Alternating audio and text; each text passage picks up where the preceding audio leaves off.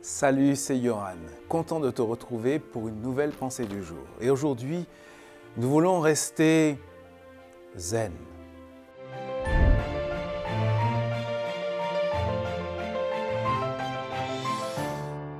La pensée du jour se trouve dans 2 Chroniques, chapitre 20, verset 15 et verset 17. Voici ce que le Seigneur vous dit. N'ayez pas peur, ne soyez pas effrayés devant cette immense armée. Le résultat du combat ne dépend pas de vous, mais de moi, votre Dieu. Vous n'aurez pas besoin de combattre contre eux. Habitants de Jérusalem et de Juda, tenez-vous là, arrêtez-vous et regardez comment moi, le Seigneur, je vous délivrerai. N'ayez pas peur, ne soyez pas effrayés. Demain, allez à leur rencontre et moi, le Seigneur, je serai avec vous.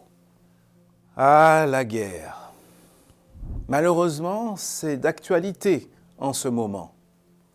Essaie d'imaginer la situation du peuple d'Israël face à cette coalition, ces 3 peuples qui voulaient envahir son territoire.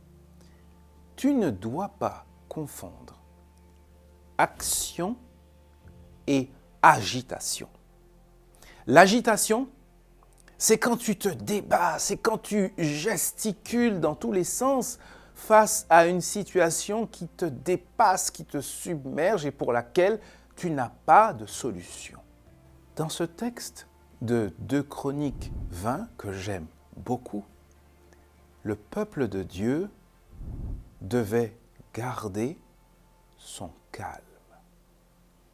Mais il devait aussi agir.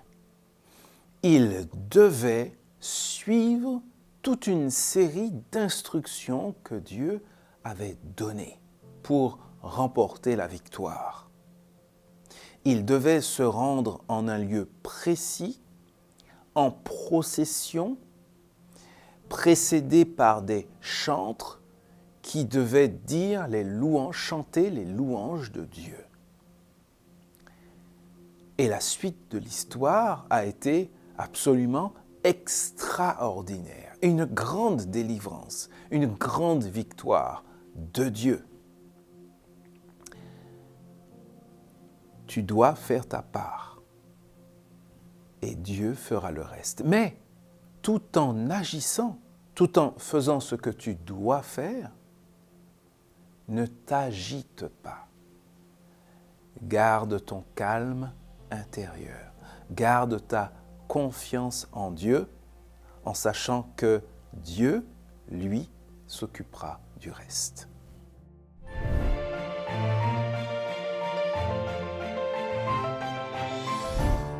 Si tu apprécies les pensées du jour et que ça te fait du bien, eh bien, pense que ça pourrait aussi faire du bien à quelqu'un d'autre. Peut-être que tu connais quelqu'un à qui cela pourrait faire du bien. N'hésite pas à les partager.